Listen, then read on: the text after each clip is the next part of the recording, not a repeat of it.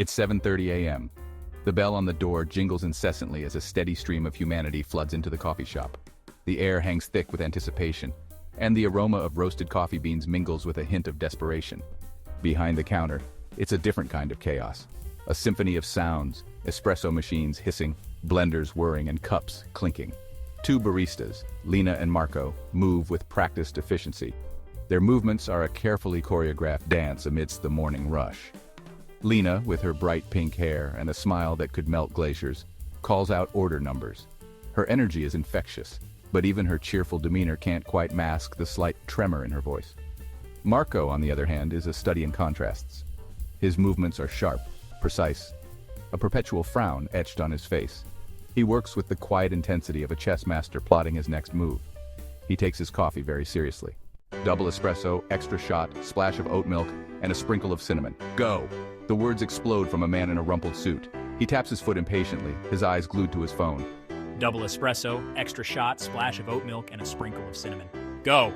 One iced caramel macchiato, sugar and extra whipped cream, and make it snappy.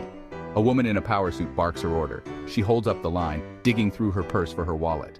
One iced caramel macchiato, sugar and extra whipped cream, and make it snappy.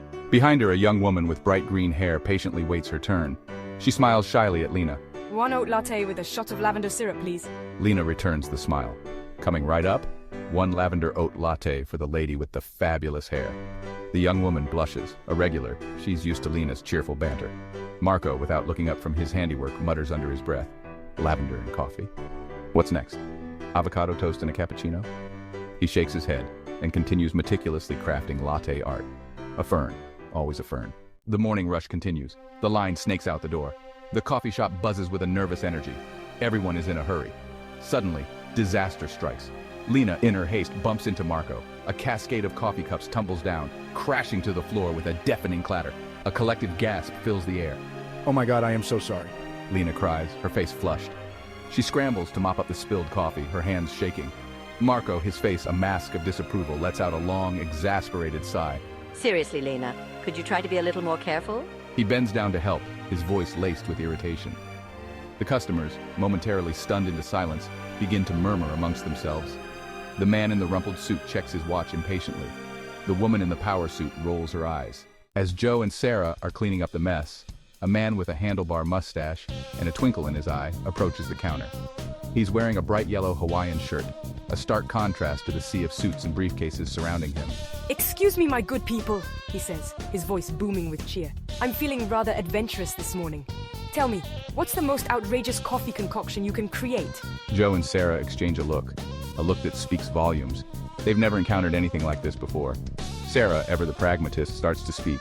Sir, this is a coffee shop, not a chemistry lab. We have a menu for a reason. But Joe, ever the optimist, cuts her off.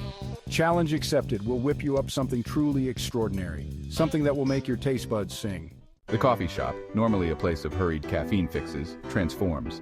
The air crackles with anticipation. Customers watch with amusement as Joe and Sarah, their earlier tension forgotten, collaborate on the outrageous coffee order. They gather ingredients with the focus of chefs preparing a gourmet meal. Espresso, caramel sauce, a pinch of chili powder, a dash of coconut milk. Each ingredient is added with care, a testament to their combined years of experience.